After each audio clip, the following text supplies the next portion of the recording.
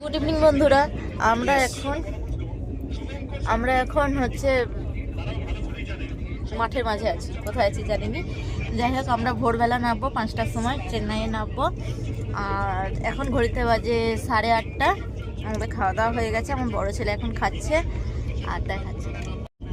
এই যে ভাত, এটা একটা সবজি, আর এটা ডাল, ওটা ছোলার তরকারি, আর এই ভাত। এটা রুটি দেয়, আমরা রুটির বদলে ভাত নিয়েছি।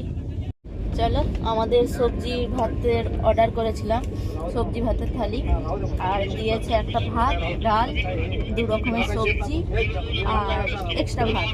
একটা রুটি দেয়, আমরা রুটি নিয়ে রুটির বদলে ভাত নিয়েছি।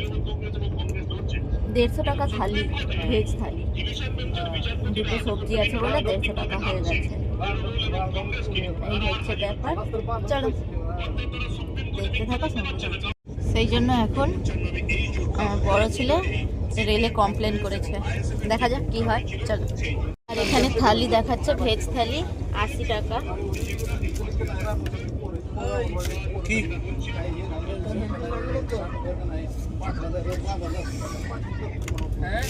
ভেজ থালি 80 টাকা, নিচ্ছে আমাদের 150 টাকা। কি বলছিস? এই হচ্ছে ব্যাপার, ওই জন্য রেলে কমপ্লেন করা হয়েছে। দেখা যাক কি হয়।